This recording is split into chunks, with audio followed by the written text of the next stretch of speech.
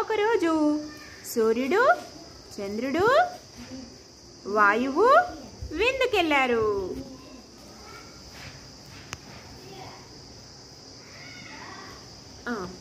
వాళ్ళ తల్లి నక్షత్రం వాళ్ళు ఎప్పుడు తిరిగి వస్తారా అని ఆమె ఆత్రంగా ఎదురు చూడసాగింది.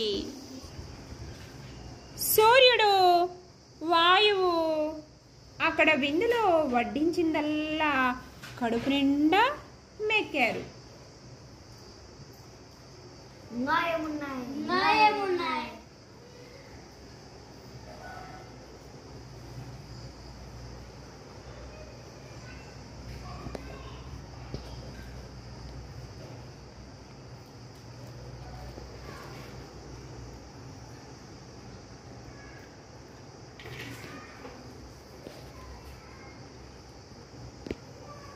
అని అడిగి తెలుసుకుని సుష్టుగా భోంచేసేశారు. వాళ్లకు తింటున్నప్పుడు తల్లి నక్షత్రం ఒక్కసారి కూడా గుర్తుకు రానే లేదు. కేవలం కడుపే కైలాసంగా భావించారు తప్ప తమ తల్లి గురించి ఆలోచించనే లేదు.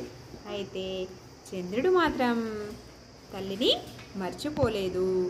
తన ముందుంచిన రుచికరమైన పదార్థాలలో కొన్నింటిని తల్లి కోసం జాగ్రత్తగా మూట కట్టుకున్నాడు చంద్రుడు.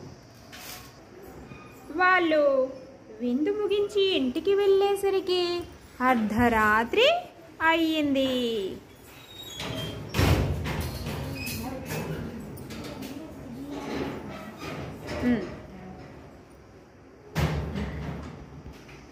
అర్ధరాత్రి అయినా వాళ్ళ తల్లి నక్షత్రం వాళ్ళ కోసం మేలుకునే ఉంది. బిడ్డలు ముగ్గురు ఇంటికి రాగానే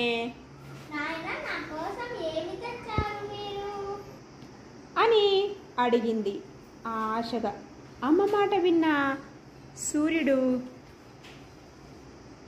కాస్త ఉలిక్కిపడి, అయ్యో నీకోసం ఏమీ తేలేదమ్మా, వాళ్ళు పెట్టిందల్లా మెక్కి తిన్నానే కానీ నువ్వు నాకు గుర్తు రాలేదమ్మా అన్నాడు సూర్యుడు. కొడుకు మాటలు విన్న చుక్క తల్లి గుండె కలుక్కుమంది.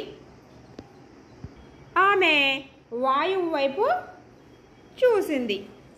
అతడు ఇలా సమాధానం ఇస్తున్నాడు, నేను కూడా నీకోసం ఏమి తేలేదమ్మా, సృష్టిగా తిని చేయడానికి ముందుకు వెళ్ళానే కానీ నువ్వు నాకేం గుర్తుకు రాలేదమ్మా. ఆ తల్లి హృదయం మరింత గాయపడింది.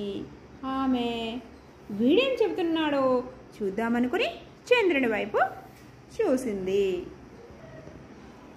నీకోసం రుచికరమైన పదార్థాలు తెచ్చాను, నువ్వు ఒక పళ్ళెం తీసుకురా. నీకోసం రుచికరమైన పదార్థాలు తెచ్చాను, ఏమేమి తింటున్నా నువ్వే గుర్తుకొస్తున్నావమ్మా.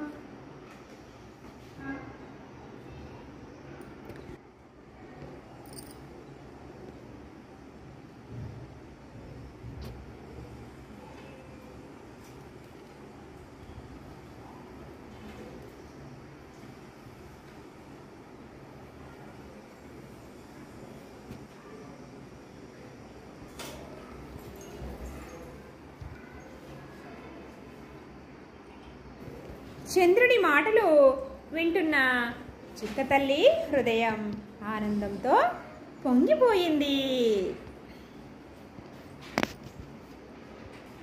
చుక్క తల్లి తర్వాత సూర్యుడి వైపు తిరిగి ఇలా శపించింది, నువ్వు విందు ఆస్వాదిస్తున్నప్పుడు నీకు నీ తల్లి గుర్తుకు రానందుకు నువ్వు సిగ్గుపడాలి. నిన్ను ఎవరన్నా నువ్వు ఎండాకాలం అందుతున్నప్పుడు నిన్ను ఎవరన్నా చూడాలన్నా నెత్తి మీద గుడ్డన్నా కప్పుకుంటారు, లేదా అడ్డం గొడగన్నా పెట్టుకుంటారు. సూర్యుడు నుండి వచ్చే గాలిని, నీ కిరణాల వేడిని ప్రజలను బాధపెట్టుదాకా. తర్వాత చుక్క తల్లి వాయువు వైపు చూస్తూ ఇలా శపించింది. నువ్వు కూడా స్వార్థపరుడివి గాక. నీ వేడిగాలి సోకి వల్ల ప్రజలందరూ బాధపడతారు. సూర్యుడి గాలి వరదలాగా మార్చి ప్రజలందరూ